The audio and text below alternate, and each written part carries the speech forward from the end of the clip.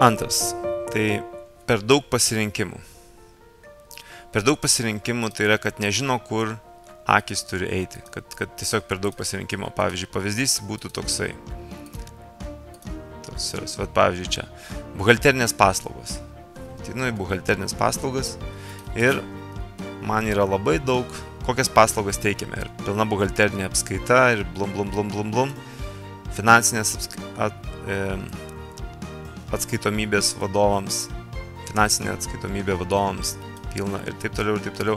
Ir ta visa informacija, pavyzdžiui, šitas puslapis netgi gerai labai parodo pavyzdį, kaip ir tas pirmas žingsnis buvo, kad nėra aiškios informacijos, ką man toliau daryti, susisiekite. Kontaktai, čia, bet susisiekite, kaip ir matot patys, čia labai mažiukas užrašas, nėra jokio tokio ryškaus elemento, kuris mus pritrauktų.